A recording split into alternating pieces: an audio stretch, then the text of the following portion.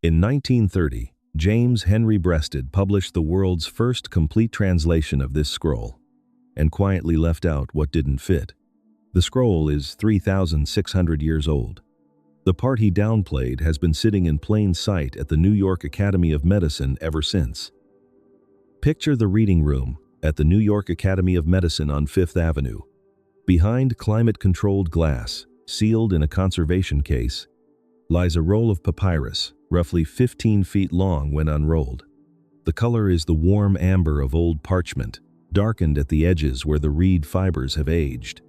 Two different inks run across the surface in parallel. Black for the main text, red for the annotations.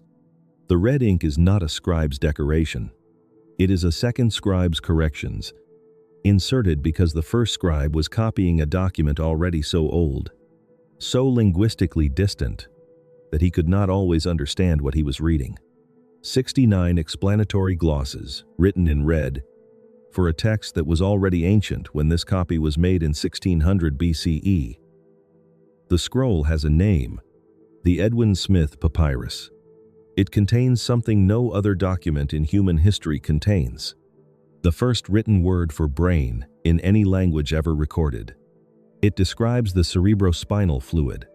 It describes what happens when you damage one side of a person's skull, and the paralysis appears on the opposite side of their body. This is knowledge that vanishes from the written record. For 2,700 years after this document was composed, the scroll also cuts off, mid-sentence. In the middle of case 48, everything below the thorax, abdomen, pelvis, legs is simply gone, and the back of the scroll contains something Breasted's translation spent almost no time on: 8 magical spells written in the same hand, including a recipe to transform an old man into a youth. The question is not whether the scroll is extraordinary. It is. The question is what we lost when the century told us what kind of extraordinary it was allowed to be. The Edwin Smith Papyrus entered the historical record not through an excavation but through a transaction. In 1862, in Luxor, an American dealer and part-time antiquities collector named Edwin Smith purchased the scroll from Mustafa Aga, a well-connected Egyptian dealer who supplied artifacts to European and American buyers. Throughout the mid-19th century, Smith never published his findings. He spent years working on a partial translation that remained incomplete at his death. In 1906, his daughter donated the scroll to the New York Historical Society, where it sat largely unstudied for 2 more decades. In 1930, James Henry Breasted, the first American to earn a PhD in Egyptology, founder of the Oriental Institute at the University of Chicago, and the dominant figure in American Egyptology for the first half of the 20th century, published his 2-volume translation, the Edwin Smith Surgical Papyrus. It was a monumental work of scholarship. It was also the framework through which every subsequent generation of historians, physicians, and science writers understood the document. Breasted's central argument was straightforward. The Edwin Smith Papyrus was the world's first rational medical text. Empirical, systematic, stripped of the magical thinking that defined other Egyptian medical documents. That framing held for 75 years. In 2005, James P. Allen, curator of Egyptian art at the Metropolitan Museum of Art, produced the first complete English retranslation since Breasted, timed to a major Met exhibition. 7 years later, neurosurgeon Gonzalo M. Sanchez and Egyptologist Edmund S. Meltzer published a collaborative translation through Lockwood Press. It was the first time a working neurosurgeon had read the trauma cases in the original language alongside an Egyptologist. What those 2 translations found had been present in the papyrus the entire time. The Edwin Smith Papyrus is organized as a clinical treatise, case by case, injury by injury, moving systematically down the human body from the top of the skull toward the torso. The structure is consistent enough that modern physicians recognize the format: present the injury, examine the patient, deliver a verdict. 48 cases, each following the same logical sequence. Case 48 begins like all the others. The scribe sets up the examination. And then nothing. The sentence does not finish. The text simply ends. The lower body, everything below the thorax, is absent. No abdomen, no pelvis, no legs. If the original treatise covered the full human form, and the structural logic of the document strongly implies it did, then roughly half the scroll is missing. Egyptologists interpret this as scribal truncation. The 1600 BCE copyist either ran out of papyrus, ran out of time, or was working from a source document that was itself already damaged. The physical evidence supports the idea that the copy was never finished. The verso was used for a separate body of text, rather than a continuation of the surgical cases. But that explanation does not account for where the original went. The document, the 1600 BCE scribe was copying, is estimated on linguistic grounds to date to somewhere between 3000 and 2500 BCE. That original has never been found. No fragment, no parallel copy, no later reference to a lower body section existing anywhere in the Egyptian medical corpus. Whatever the complete version of this treatise contained has been absent from the written record for at least 4,000 years. The scroll that remains is, by its own internal logic, incomplete. We are reading half of something, and we do not know what the other half said. Case 6 of the Edwin Smith Papyrus describes a patient with a gaping wound in the head, the skull crushed through to the brain. The scribe uses a word in the original Old Kingdom Egyptian, amem, that does not appear in any earlier surviving document in any language. This is the first written occurrence of the word brain in human history. That fact alone would be remarkable. What follows it is harder to explain. The scribe describes the surface of the exposed brain using a specific comparison. The corrugations on the brain's outer surface, he writes, resemble the corrugations that form on metallic slag, the waste material produced during copper smelting. It is a metallurgical analogy. It requires the person who coined it to have looked at molten metal cooling, and looked at an exposed, living human brain, and recognized a structural similarity between the two surfaces. Egyptologists interpret this as evidence of battlefield or accident medicine, that Egyptian surgeons encountered head wounds severe enough to expose brain tissue, observed what they saw, and recorded it accurately. But that explanation does not account for the precision of the observation itself. The corrugations being described are the gyri and sulci of the cerebral cortex, the folds that increase the brain's surface area. The comparison to slag is not poetic approximation. It is morphologically accurate. Modern neurosurgeons reading the Sanchez and Meltzer 2012 translation have noted that the description is consistent with what a surgeon would observe during a craniotomy today. The person who wrote that analogy had seen what they were describing up close, in a living patient or a recently deceased one, and they reached for the most precise comparison available to them from their material world. The standard account of the Edwin Smith Papyrus, as established by Breasted in 1930 and repeated in medical history writing ever since, positions the document as a departure from magical Egyptian medicine. Unlike the Ebers Papyrus, which mixes incantations and remedies throughout, the Edwin Smith Papyrus, so the account goes, treats the body empirically. Observation, examination, rational verdict. This framing requires ignoring approximately 92 lines of the document.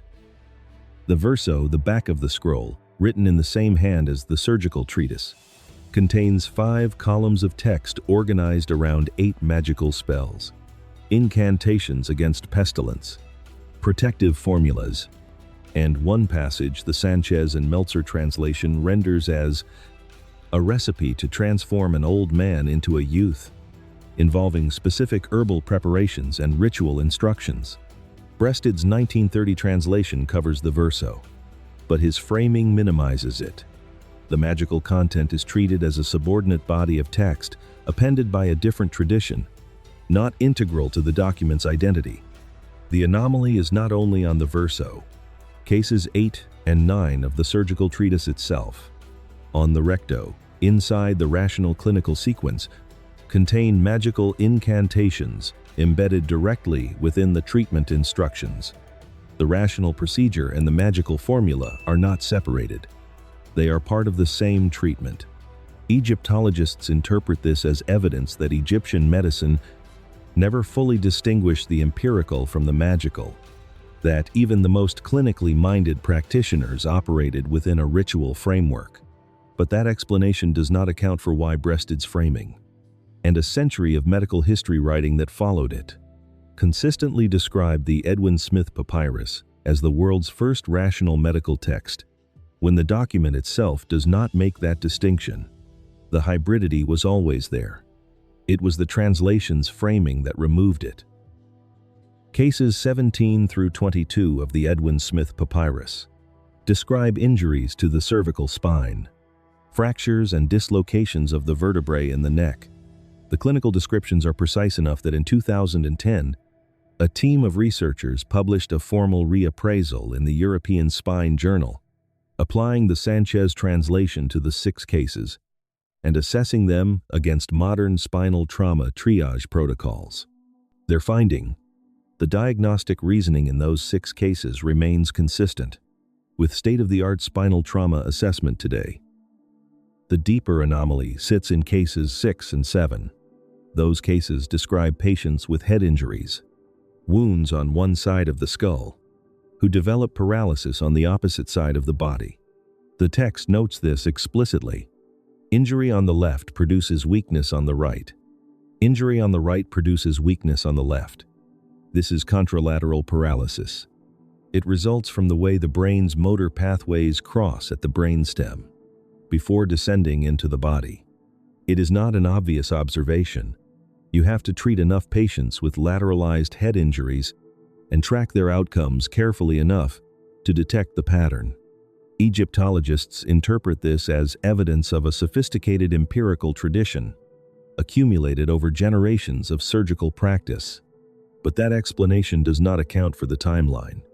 The next written description of contralateral paralysis after the Edwin Smith Papyrus appears in the work of the Greek anatomist Herophilus, practicing in Alexandria around 300 BCE. That is a gap of approximately 2,700 years. The papyrus also uses a term the Sanchez and Meltzer translation renders as consistent with cerebrospinal fluid, the liquid surrounding the brain and spinal cord, which does not appear again in any clinical context until Greek medicine. Whatever knowledge produced those observations, it did not pass forward in any text we have recovered.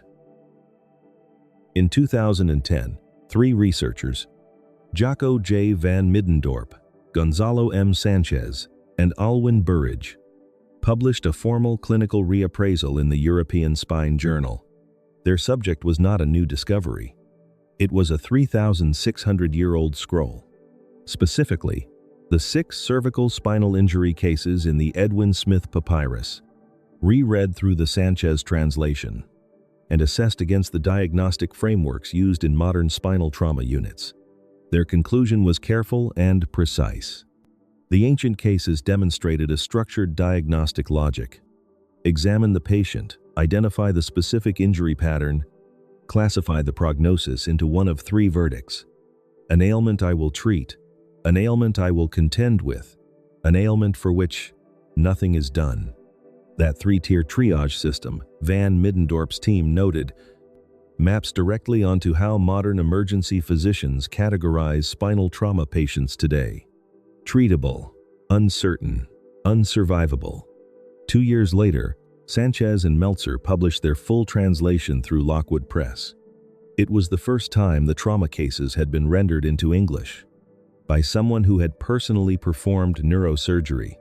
Sanchez's clinical commentary, running alongside Meltzer's Egyptological notes, identified passages Breasted's 1930 translation had categorized as errors or obscurities, and reread them as accurate clinical descriptions. The metallurgical brain analogy.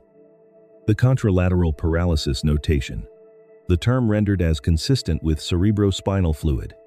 These were not new passages. They had been in the papyrus the entire time. What the 2010 and 2012 publications established, taken together, is something the celebratory first rational medical text framing had obscured for decades. Specific, verifiable, clinically accurate observations in the Edwin Smith Papyrus did not reappear in any surviving text for more than 2 millennia. That is not a metaphor for ancient wisdom. That is a measurable gap in the written record of human medical knowledge. The question is not whether the Egyptians were sophisticated. They demonstrably were. The question is what happened to the tradition that produced this document, and why it left no traceable descendants. The Edwin Smith Papyrus did not arrive in Western scholarship as a mystery. It arrived as a confirmation. By 1930, the dominant narrative of Western intellectual history needed ancient Egypt to play a specific role. The story ran like this. Primitive magical thinking gave way, slowly and inevitably, to Greek rationalism, which gave way to modern science. Progress moved in a line. Within that framework, an ancient Egyptian medical text could be significant in exactly one way. As an early, imperfect anticipation of the Greek empiricism that would later flourish in Alexandria, Breasted's framing delivered precisely that. The Edwin Smith Papyrus became the earliest known example of rational medicine. The magical content on the verso was noted and set aside. The incantations inside cases 8 and 9 were treated as contamination from a less sophisticated tradition, bleeding into an otherwise empirical text. The document was made to fit the story the century needed it to tell. What Breasted's framework required, in practice, was a selective reading, not a dishonest one. Breasted was a rigorous scholar working within the intellectual assumptions of his era, but a selective one. The verso's 8 spells occupy 92 lines of the same scroll, written in the same hand, on the same papyrus. They are not a separate document accidentally stored with the surgical treatise. They are part of it. The scribe who copied the trauma cases also copied the incantation against pestilence and the recipe for youth. That scribe did not appear to regard these as belonging to different categories of knowledge. The Revelation, the 2005 Allen translation, and the 2012 Sanchez-Meltzer translation made available quietly in academic presses, without the cultural visibility of Breasted's landmark volumes, is that the Edwin Smith Papyrus is a hybrid document. It has always been a hybrid document. The surgical instructions and the magical spells are not in tension with each other. They reflect a medical tradition that did not organize knowledge the way Western historiography needed it to. The world's first rational medical text is a description of what Breasted's translation chose to emphasize. It is not a description of the scroll. And, embedded inside that hybrid document, legible now through the clinical lens Sanchez brought to it, are observations that a 1600 BCE copyist reproduced from an original he could barely read, in a language so archaic he needed 69 glosses to approximate its meaning, preserving knowledge whose origin we cannot trace, and whose disappearance from the written record for 2,700 years we cannot explain. The scroll ends mid-sentence. The lower half of the human body is missing. The original it was copied from has not been found. What we have is a fragment of something larger, filtered through a translation that spent a century telling us what kind of document it was allowed to be. The scroll itself never agreed with that description. It is worth being precise about what this video has and has not claimed. The Edwin Smith Papyrus is a real document. It is held at the New York Academy of Medicine on permanent loan from New York Historical. Every anomaly described here is documented in peer-reviewed literature. In the European Spine Journal, in Acta Neurochirurgica, in the Lockwood Press translation that carries both a neurosurgeon's clinical commentary and an Egyptologist's philological notes. The authorship attribution to Imhotep, the Old Kingdom architect and physician later deified as a god of medicine, was proposed by Breasted himself and immediately qualified by Breasted himself, who called it pure conjecture based on no evidence. It remains conjecture. What is not contested? The word amem is the earliest written occurrence of a word for brain in any recovered human document. The contralateral paralysis observation is in the text. The cerebrospinal fluid description is in the text. The verso spells are in the text. The mid-sentence ending is in the text. The 69 red ink glosses are in the text. These are not interpretations. They are features of the physical object, confirmed across 3 independent translations spanning nearly a century. The Edwin Smith Papyrus does not prove that ancient Egypt possessed neuroscience in the modern sense. It proves that at some point before 3000 BCE, someone observed the living human brain carefully enough to describe its surface texture by comparison to cooling metal. Notice that skull injuries produce paralysis on the wrong side of the body, and recorded both observations in a document precise enough that a working neurosurgeon in 2012 recognized what they were reading, how that knowledge was accumulated, how it was lost, and what the missing lower half of the treatise contained. Those questions remain open. The scroll preserved what it could. The rest did not survive. The Edwin Smith Papyrus has been sitting in a climate-controlled case on Fifth Avenue for over a century.